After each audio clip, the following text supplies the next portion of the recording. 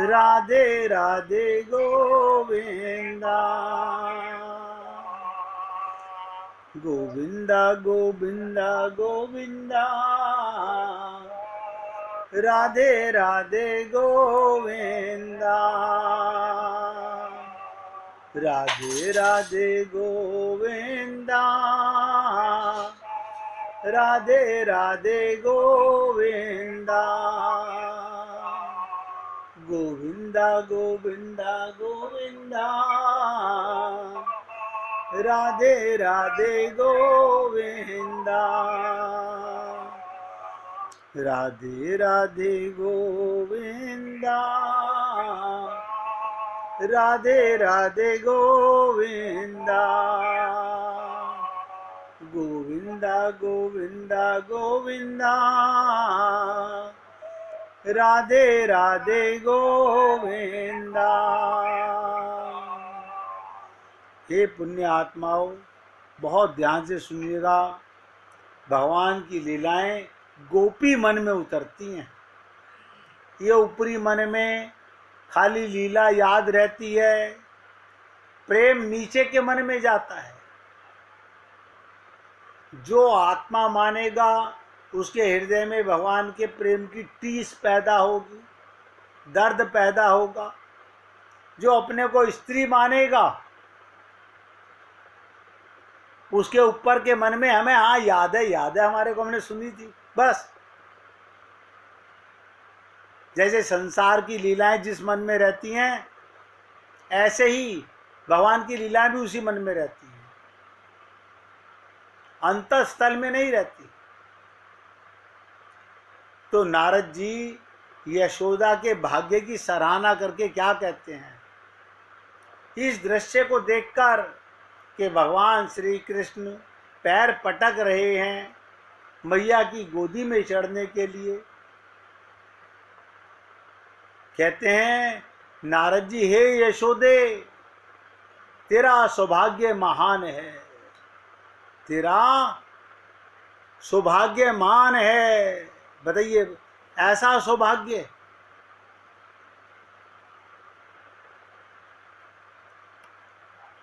क्या सौभाग्य है? ऐसा महान है। क्या कहें, ना जाने तूने पिछले जन्मों में तीर्थों में जा जाकर कितने महान पुण्य किए होंगे। तेरे कौन से पुण्यों का फल है कि स्वयं सृष्टि का रचयिता तेरे आंगन में पैर पटक रहा है तेरी गोदी में चढ़ने के लिए। अरे जिस विश्वपति, विश्वरूप, विश्वाधार भगवान की कृपा को इंद्र नहीं समझ सका, ब्रह्मा नहीं समझ सका, शंकर भगवान नहीं प्राप्त कर सके। देखिएगा, ब्रह्मा, शंकर, इंद्र नहीं समझ सके, और वही परमात्मा पूर्ण ब्रह्म आज तेरी गोद चढ़ने के लिए जमीन पर पैर मार रहे हैं, रो रहे हैं, रुदन कर रहे हैं। अब आप सोचिएगा, ये भाग्य यशोदा का है।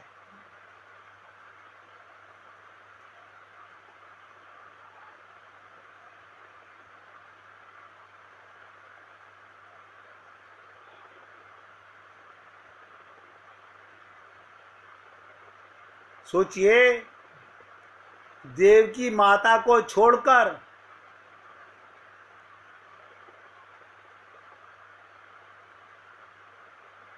भगवान भावना से देवकी के पास कारागार में ही रहे।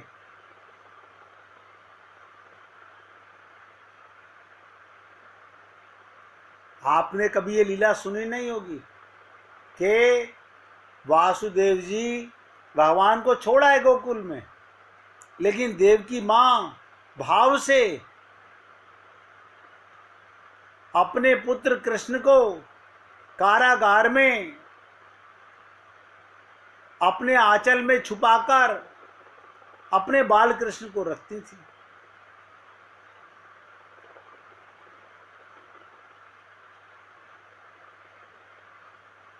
आप सोचिए, देवकी जिंदा नहीं रह सकती थी अगर भगवान उसके साथ ये लीला ना करते।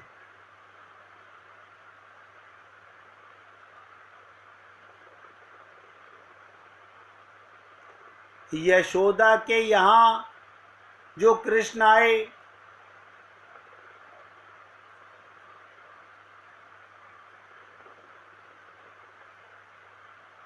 ध्यान रखिएगा, देवकी के पास जेल में जो कृष्ण रहे,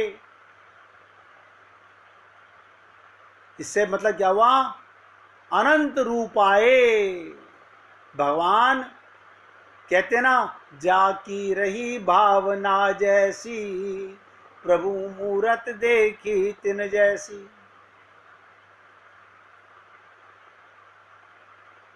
देवकी के साथ कारागार में भी रहे और एक रूप से नंदनंदन गोकुल गए।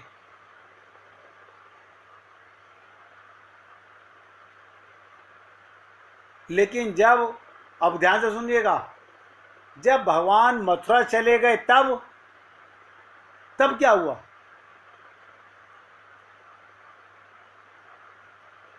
अब देखिएगा, एक रूप से देवकी के साथ पहले भावनात्मक रूप में थे, अब लीला रूप में आ गए और यशोदा के पास से कहीं नहीं गए। भगवान कहीं नहीं गए।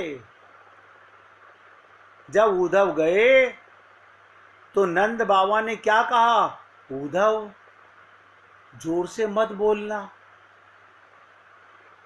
जोर से मत बोलना। बोले क्यों? ये यशोदा अपने लाला को पालने में झुला रही है, सुला रही है। उद्धव की तो बुद्धि खराब हो गई, ये कैसे हो सकता है? यशोदा यहां सुला रही है और वो वहां देवकी के पास में, ये मैं नहीं मान सकता। ये है ऊपरी तल के जीने वाले लोग, आप और हम लोग। हमारी बुद्धि तो नहीं मान रही। ये बुद्धि का विषय ही नहीं है, इसीलिए इसे कहते हैं ये समर्पण का विषय है। वही भगवान प्रत्येक गोपी के घर में भी रहे, प्रत्येक गैया के स्तनों का दूध भी पी रहे हैं, प्रत्येक ग्वाल वाल के साथ खेल भी रहे हैं। कमाल है। अब आप सोचिए, कहां गया हो तुम्हारा चिंतन? इसलिए गुरु की आवश्यकता पड़ती है।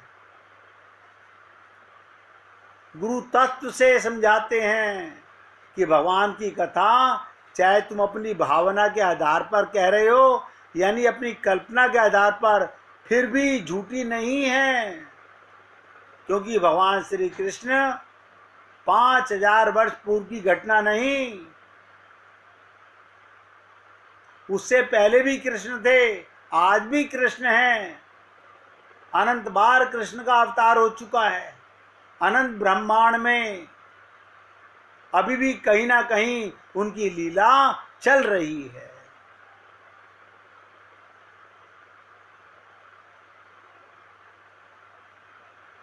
बहुत से लोग कहते हैं मैं तो यशोदा मैया का पक्षधर हूँ, मुझे देवकी नंदन से ज़्यादा प्रिय यशोदा नंदन लगता है,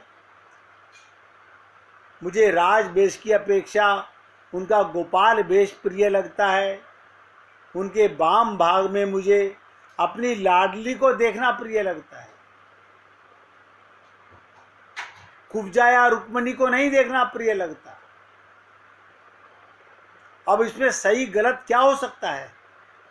भेद खड़ा कर रहा है, किंतु ये है तो है। अब मेरा भी इसमें कोई बस नहीं, मैं क्या करूं? मेरा मन यशोदा नंदन में है, देवकी नंदन में नहीं जाता।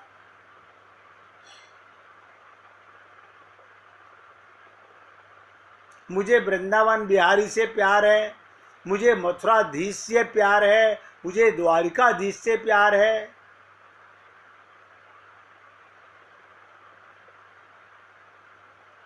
इसलिए भक्त लोग क्या कहते हैं, कोई झगड़ा मत करो। मीरा ने क्या कहा, हमारो मुरली वारो श्याम, हमारो मुरली वारो श्याम। अब आप कहोगे भगवान ने तो गोकुल में नंद गांव में मुरली बजाई, गोपियों के साथ बजाई, अपनी पत्नियों के साथ तो कभी मुरली नहीं बजाई। अब जिसका भाव जहां हो उसके हृदय में वैसी मुरली बजने लगती है।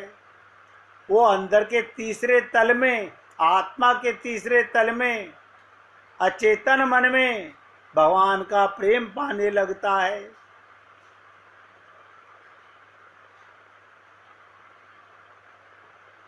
आप सोचिए, देवकी माता के साथ कृष्ण कारागार में रहे, अगर ये भी किसी कल्प में हो सकता है, किसी कल्प में ये भी हुआ होगा कि कृष्ण लौट आए मथुरा से श्री वृंदावन, फिर द्वारका की लीला, वो पूर्ण ब्रह्म एक सामान्य योगी हर जगह पहुंच जाता है। सुखदेव परमहंस जी कहते हैं, कृष्ण तो योगियों के ईश्वरों का भी बाप है। ये दो रूप में लीला करे तो छोटी बात है, प्रत्येक गोपी के हृदय में नाचने वाला कृष्ण है। अब बताइए, गोपियां इकट्ठी होकर कृष्ण प्रेम की चर्चा करती हैं। अरे तू बता, तेरे लाला ने आज क्या दिखाया, तू बता, तेरे यहाँ क्या खा के गया, तूने क्या खिलाया। आश्चर्य नहीं,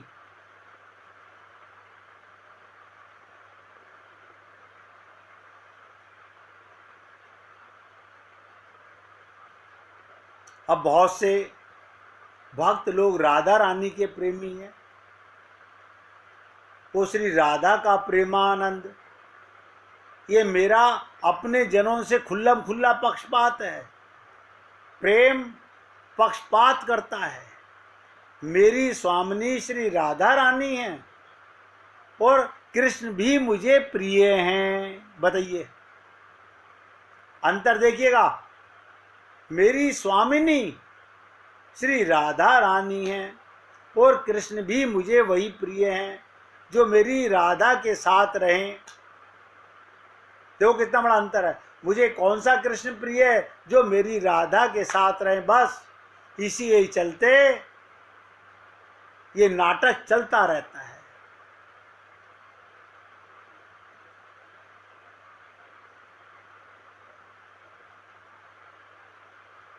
जब कोई भक्त, जब कोई संत ये कथाएं सुनाता है, वो उसका हृदय रोता है।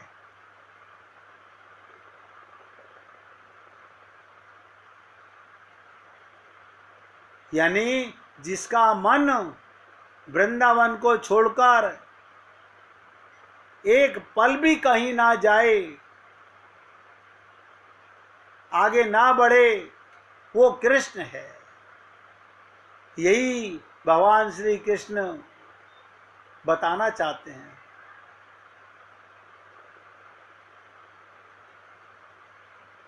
लगेला एक लीला आपको भाव की सुनाने का प्रयत्न करता हूँ, क्योंकि गोपी प्रेम की चर्चाएं इतनी आसानी से हृदय में नहीं उतरती हैं। जो मैं आपको सुनाता हूँ, मुझे नहीं पता किससे से सुनी होंगी, नहीं सुनी होंगी आपने। मेरे तो कलश में जो परमात्मा का प्रेम आता है, मैं आपको पिला देता हूँ। एक अर्धरात्रि में ललिता जी वृंदावन में प्रवेश करती हैं और उसे रोना आ रहा है। ललिता जी रो रही हैं और रोते हुए यही सोच रही हैं,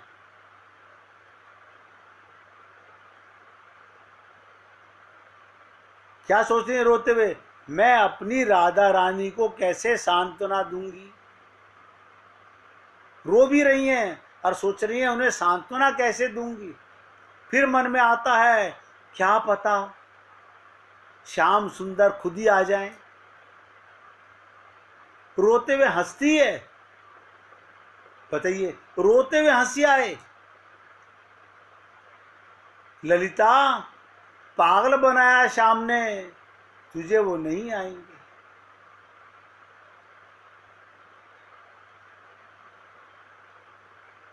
राधा कहती है तुझे पागल बनाया श्याम ने, वो नहीं आएंगे।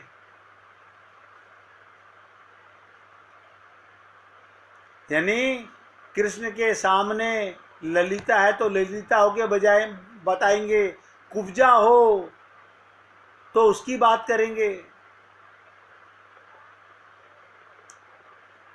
हमारी फूलों सी कोमलता राधिका के कैसी दशा बना दी, ललिता जी कह रही हैं, फूलों सी कोमल। अब देखिएगा, राधिका कौन है? आपकी आत्मा राधा स्वरूपा है। आप लोगों ने सोचा कभी, आप प्रेम स्वरूप आत्मा से राधा स्वरूपा है। यही गोपी भाव है। ललिता का देह थक गया, वो चली कहाँ? दिन भर वो वृंदावन की सीमा में ही बैठी रही, किंतु थक करके उसका देह वो अब टूट गया। उसको पक्का विश्वास हो गया श्याम सुंदर अब नहीं आएंगे। अब बरसाना की ओर मुड़ चुकी है। कैसे आऊं बरसाना, कैसे जाऊं? जाना तो पड़ेगा, क्या कहूंगी जाकर के? रुक जाती हैं ललिता बार बार, क्या कहूंगी? और मैं कहूं कि श्याम सुंदर नहीं आए तो क्या लाडली के प्राण बचेंगे? सोचिएगा, आप और हम लोग सोच नहीं सकते इन लीलाओं को। वो जीवित रह पाएंगी? अपने शरीर को, ओह ललिता सखी ने देखा सामने ब्रह्माचल पर्वत है और वहां स्वामिनी जी विराजमान है।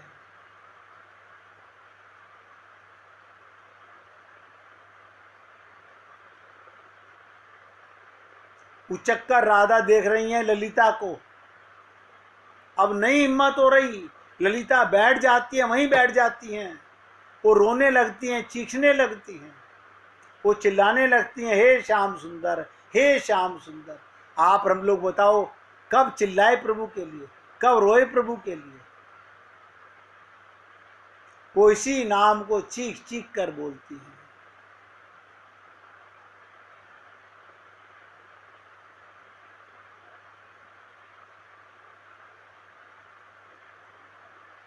और कहती हैं क्यों किया ये सब, क्यों? नहीं आना था तो बोल देते, क्यों झूठे वादे किए? अब मैं क्या करूं? नेत्र आंख लाल हो गई।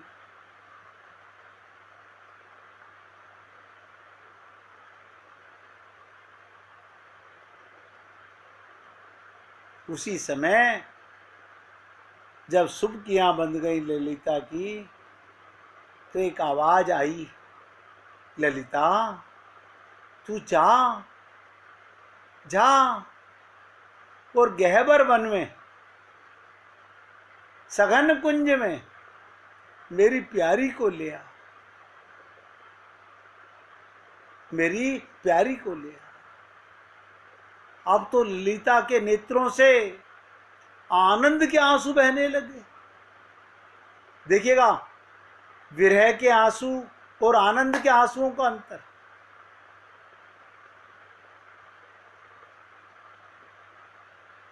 ललिता ने देखा चारों ओर वृक्ष लता सब हरे हो रहे हैं, रात्रि में फूल खिल रहे हैं। ललिता चली, अब इसकी चाल तेज हो गई, क्योंकि आनंद की चाल अलग होती है। राधा की सखियों में हल्ला मच गया, ललिता आ गई, ललिता आ गई। चंद्रावली ने दूर से देखा, क्या श्याम सुंदर उसके साथ हैं? राधा रानी ने पूछा, क्या श्याम सुंदर उसके साथ में हैं? राधा रानी ने रंग देवी की गोदी में अपना सर रखा हुआ है। वो उठने का प्रयास करती हैं, उठकर बैठ भी जाती हैं। फिर पूछा चंद्रावली,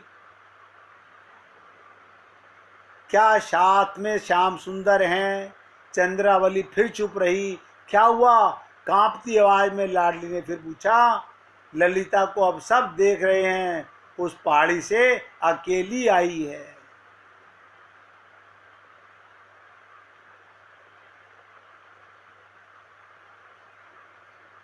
जैसे ही वो स्वामिनी जी के सामने ललिता पहुंची, बस एक आवाज निकली अत्यंत आतुर भाव से, मेरे प्राणनाथ कहाँ हैं? राधा रानी पूछ रही है। देह काला पड़ गया, देखने पर लगता है जीवित कैसे हैं। सारी सखिया कहते हैं, ललिता तू तो बोल। उसी समय ललिता ने क्या कहा, ए प्रेममयी राधा, आपकी जिस पर कृपा हो वह असंभव को भी संभव करता है। तैयार हो, तुझे श्याम सुंदर ने गहवर वन में बुलाया है, गहवर वन में बुलाया है। इससे आगे कुंज का प्रवेश, कुंज की लीला कल आपके साथ में रखूंगा। लेकिन हे पुण्य आत्माओं, गोपी प्रेम पाना चाहते हो तो ऊपर के तल से नीचे के तल में आने का प्रयत्न करो।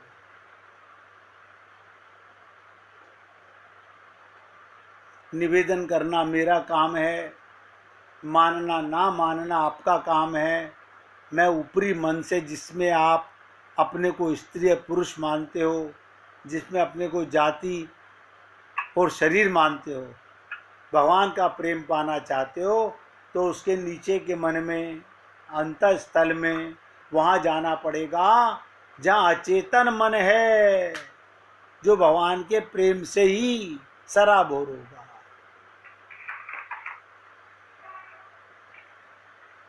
आज अपने सत्संग को यहाँ विराम दे रहा हूँ। कल आपके साथ कुंज में प्रवेश करेंगे, जहाँ राधा रानी को लेकर सारी सखियाँ जा रही हैं कृष्ण से मिलने के लिए। लेकिन ये कब होगा मुझे नहीं पता, कल क्या होगा। अगर आपका हृदय भगवान के प्रेम में सराबोर होगा तो जरूर भगवान लीला सुनवाएंगे। कल इससे आगे फिर गोपी प्रेम की चर्चा करूंगा। आज प्यार से गाइएगा। खुले हैं मन मंदिर के, खुले हैं मन मंदिर के द्वार, पधारो राधा संग सरकार। खुले हैं मन मंदिर के द्वार, पधारो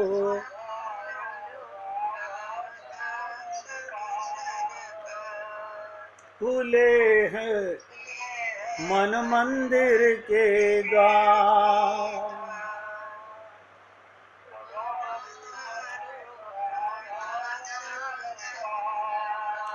खुले हैं मन मंदिर के द्वार, पधारो राधा संग सरकार, पधारो राधा संग सरकार,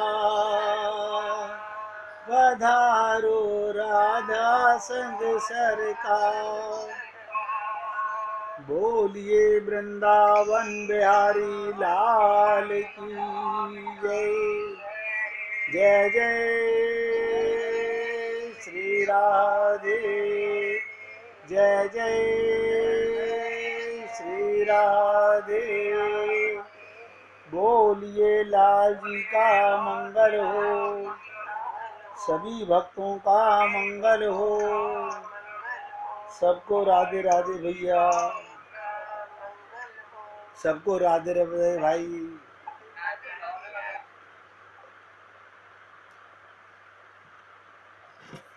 राधे राधे।